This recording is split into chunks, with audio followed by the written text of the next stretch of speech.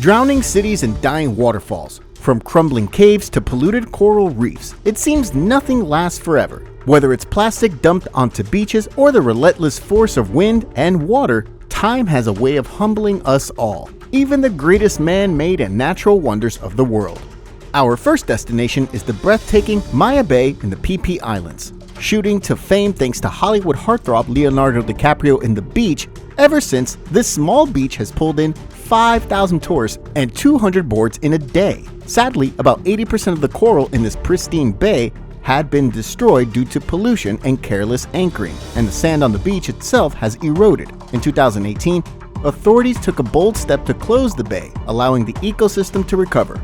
A stark reminder of the impact our actions can have on nature. Talking about corals, let's dive into the mesmerizing coral reefs around Christmas Island, Australia. These underwater wonders are vibrant ecosystems teeming with life. Lovingly called the Galapagos of the Indian Ocean, the island was famous for being home to red crabs, seabirds, whale sharks, and spectacular coral reefs. However, climate change and coral bleaching have taken a toll. Now, you must be wondering what coral bleaching is. Well, coral bleaching is when corals let go of the algae living inside their tissues because the water is too warm. Due to global warming, the temperature of the ocean waters is becoming higher. In 2015, the temperature rose by 3 to 4 degrees, which is a lot. Now, only 5% of the corals remain alive. Famous diver Richard Vevers, who heads the Ocean Agency, talks about how terrible the smell was on this island, stinking like a million animals rotting, a fading memory of the once thriving marine ecosystem in this place. Moving on, let's hit the gorgeous Guaíra Falls on the Brazil-Paraguay border. Once considered the largest and most powerful waterfall in the world, Guaíra Falls met an untimely demise due to the construction of dams. In October 1982, the Itaipu Reservoir was built, which resulted in the depletion of this magnificent waterfall. Did you know that these 7 falls of Guaíra, or Sete Quedas, was actually a series of 18 waterfalls standing 114 meters in height? This means that they were never really the world's tallest waterfalls, but they were easily the most powerful in volume, with more than double the flow of Niagara Falls and 12 times the flow over the iconic Victoria Falls in Venezuela. Our journey now takes us to the cave of Altamira in Spain, a UNESCO World Heritage Site adorned with prehistoric art. Can you guess since when this cave has existed? Take a wild guess. 200 years? Maybe 500? Well, it is actually 22,000 years old. For years, visitors have come to see the bisons, horses, and other mysterious signs carved into limestone. Unfortunately, the sheer volume of visitors endangered the delicate paintings. The carbon dioxide that's released when we breathe and the use of flashlights can cause the art on the wall to erode. In 2002, this cave was closed to the general public when mold started to appear on the paintings. The site reopened with a cap of 8,500 visitors a year. But in 2002, it was completely shut down, and visitors now only have access to a nearby museum housing a replica of the main painted chamber. Coming up next, we have the Chacaltaya Glacier in Bolivia. Once the highest ski resort in the world and a place bustling with crowds every weekend, is now silent like a grave. Thanks to global warming, this icy wonder has melted away, leaving behind a barren landscape. And while over-tourism itself may not have been a direct cause of the glacier's destruction, human activities associated with tourism, such as transportation emissions and infrastructure development, can make climate change so much worse. This has further made a huge impact on the local ecosystems. By 1999, the Chacaltaya Glacier had been reduced to just 7% of its size in 1940, before disappearing entirely in 2009. And not just Chacaltaya.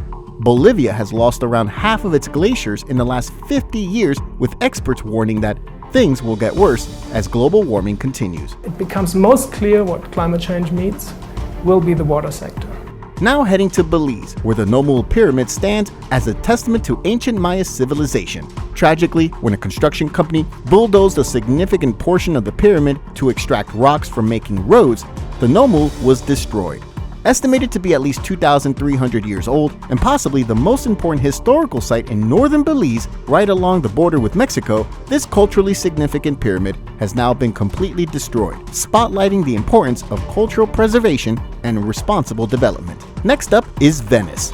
Located in Italy, Venice is one of the most beautiful cities in the world. Best known for an elaborate network of canals, bridges, and narrow cobbled streets, sadly, this city built on water is now drowning due to human negligence. Venice has been battling the consequences of over-tourism, as a huge number of tourists has placed a lot of pressure on the environment and infrastructure of the city, and the historic city center was simply unable to keep up with the influx of tourists, causing damage to the buildings. Did you know Venice is a victim of periodic flooding known as agua alta, especially during the autumn and winter months? This means that rising sea levels and natural tidal patterns make the city vulnerable to high water levels, causing damage to the city's infrastructure. Now onto the Aral Sea, once the fourth largest inland sea in the world, now all dried up and in fragments. Located between Kazakhstan and Uzbekistan, sadly in the mid-1900s, the Soviet Union launched massive irrigation projects diverting water from the two major rivers for farming. This caused the sea to start shrinking rapidly. As the inflow decreased, water levels dropped, and by the late 20th century, the sea had split into smaller, more isolated bodies of water. We now make our way to the popular nature haven, the Torres del Paine Park in Chile, known for its stunning landscapes and plethora of outdoor activities, attracting a growing number of visitors. Sadly, there was a fire on December 27, 2011 that destroyed more than 17,606 hectares, forcing the park to close down for weeks, while causing permanent environmental damage to one of the most beautiful places in the world. This is a complex and risky fire, because the topography of the area makes access for rescue personnel to combat the fire very difficult. Wondering how the fire started? Turns out, some tourists tried to burn some toilet paper. Then again, in February 2011, another tourist caused a fresh blaze after lighting a campfire in an unauthorized area. Luckily, the fire was put out by rain, and a bigger tragedy was avoided. Last up, we have the Nazca Lines, one of Peru's most well-known tourist sites, drawing thousands every year to soar over the obscure images and see them from thousands of meters above. A collection of geoglyphs etched into the desert floor by the Nazca people sometime between 500 BCE and 500 CE. Many now worry about a major highway that passes directly through, potentially causing damage from smog and careless drivers. The Nazca ruins are estimated to be 2,000 years old and dubbed by UNESCO as being the most outstanding group of geoglyphs found anywhere in the world. So there you have it. As we reflect on these incredible attractions no longer with us or those slowly fizzling away, let's vow to become more responsible travelers and conserve what we still have of Mother Earth. Remember, acting now can shape the legacy we leave behind for future generations. Thank you for joining us on this nostalgic journey. See you next time!